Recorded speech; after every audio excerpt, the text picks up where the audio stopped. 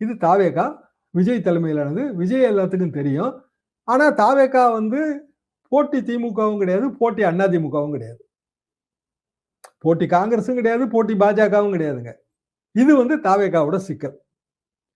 அப்போ தாவேகா அணியில போய் காங்கிரஸ் சேரும், சேராது. இதுல திமுகவும் கராரோட தான் இருக்கு. நல்லா யோசிச்சு பாருங்க.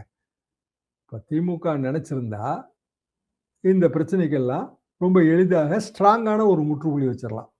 அதெல்லாம் கிடையாதுங்க. 20 சீட்டு தான் கொடுக்க முடியும். 25 சீட்டு தான் தர முடியும். உங்களுக்கு எம்பி சீட்டு கொடுக்கும்போது இதெல்லாம் பேசியாச்சு.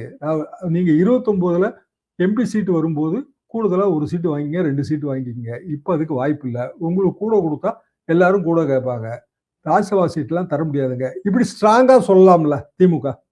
ஏன் சொல்ல மாட்டேங்குது? எப்பவுமே ஸ்ட்ராங்கா சொல்லி பழகின கட்சி தானங்க அது. ஏன் சொல்ல மாட்டேங்குதுன்னா, போனா போட்டுன்னு நினைக்காங்க.